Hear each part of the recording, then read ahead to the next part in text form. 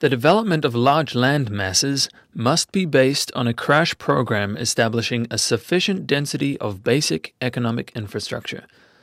The routes you are seeing on this map of the world, Landbridge, are development corridors, about 100-kilometer wide zones with high-speed transportation, roads and railway lines, canals and water management systems, irrigation, power generation and distribution based on the new generation of nuclear power plants, fuel pipelines, fiber optic cables, new agricultural and industrial zones with mining and manufacturing of goods, and new cities and universities.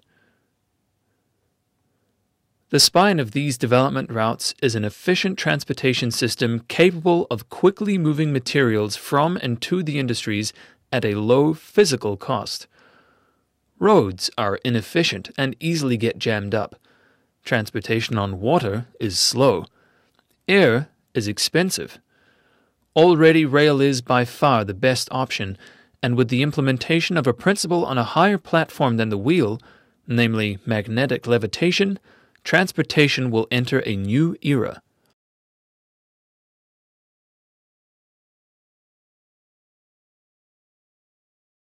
Let us say that we wanted to travel from Acapulco on the west coast of Mexico to Mumbai in India.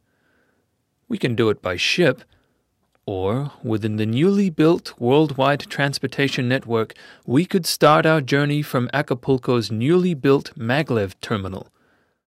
So far, the Transrapid maglev system has only been built in metropolitan Shanghai, and the Chinese government has planned to extend the line by 180 kilometers to Hangzhou, although this German technology is much more suited to long-distance routes and is also a potential asset in the freight of high-value goods. Today's technology permits us to travel at speeds up to around 500 kilometers per hour, but Chinese and American researchers have shown that, in a near-vacuum tube, a maglev train can reach speeds around 1,000 kilometers per hour. The land route between Acapulco and Mumbai is just slightly longer than the sea route. As our Transrapid train literally flies across the North American continent and through the new tunnel built under the Bering Strait, we realize the great advantage we have compared to our friends that embarked on this ship. While they are stuck in the middle of the ocean not doing much, we are visiting regions that have just recently been developed along the route. The same thing holds for goods transports. Since we are doing it across land, and since every few kilometers of land area is developing new wealth, when we transport goods along a development corridor, we actually generate new wealth along the way. We arrive fast, safe, and well-rested in Mumbai long before the ship.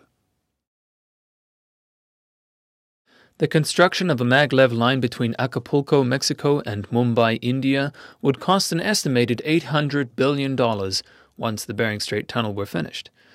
If one compares this to the approximately $23 trillion that the United States governments under George W. Bush and now under President Barack Obama have fed to the enemies of humanity at Wall Street and the City of London, then this estimated construction cost becomes negligible.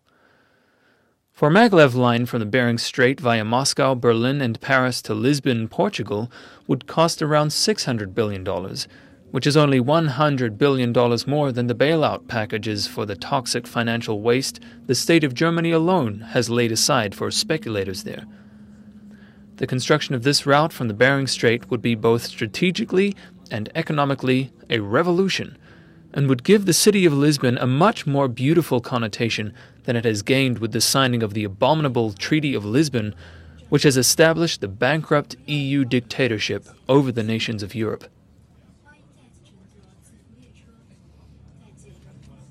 Dear passengers, we are now at Loyang Road Station. Please don't forget your belongings. Welcome to take our maglev train.